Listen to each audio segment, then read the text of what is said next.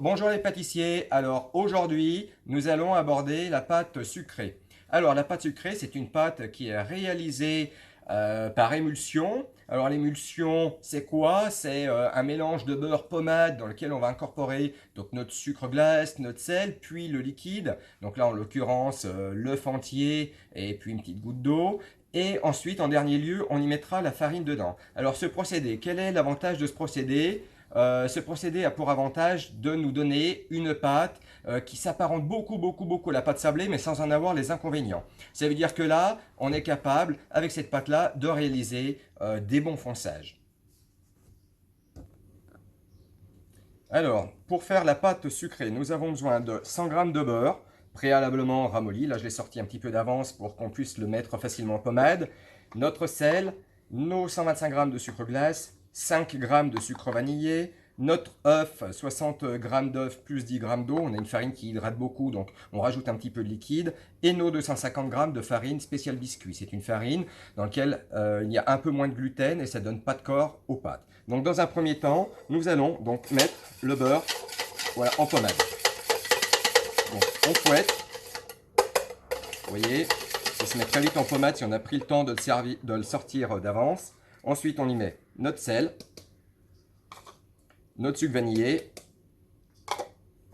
et notre sucre glace. Et là, je remue.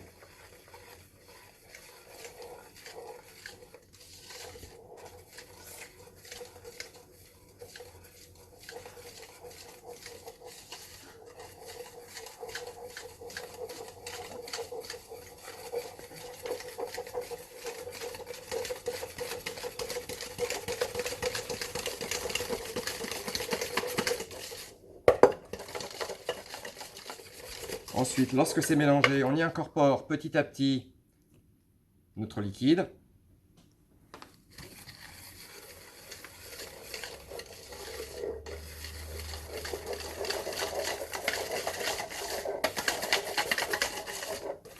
On appelle cela émulsionner, même si je n'aime pas trop ce terme parce qu'il suggère que l'on y incorpore un petit peu d'air dedans. Voilà, on réalise quand même bien une émulsion qui est au sens premier du terme, c'est-à-dire avoir une liaison correcte entre la matière grasse et le liquide que l'on met dedans. Alors c'est important d'avoir un mélange qui ne soit pas tranché. Si notre mélange est tranché, ça veut dire qu'on va avoir une pâte qui aura une texture un peu moins bonne. Et donc, lorsqu'on va foncer, on va se faire un petit peu flic avec parce qu'elle va avoir tendance à se déchirer. Et donc, ça va être beaucoup plus compliqué pour vous pour réaliser un fonçage correct. Voilà. Donc là, j'y ai mis tout mon liquide dedans. On voit bien ici. Et maintenant, j'enlève le fouet. Et j'y mets dedans donc ma farine. Et là, hop, je commence à incorporer dans mon cul de poule.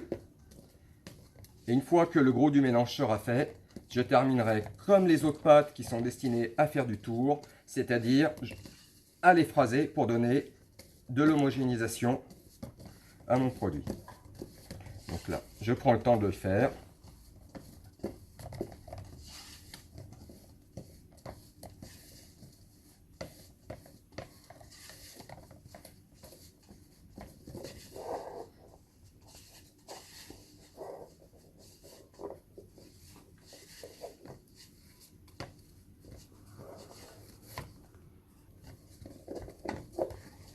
Voilà, le gros du mélange est fait. On va mettre la pâte sur le plan de travail.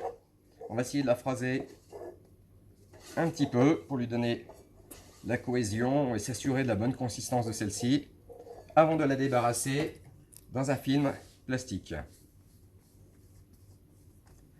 Donc, j'utilise une corne comme d'habitude. Voilà, notre pâte, vous voyez, elle est nickel. On va la mettre maintenant dans un film.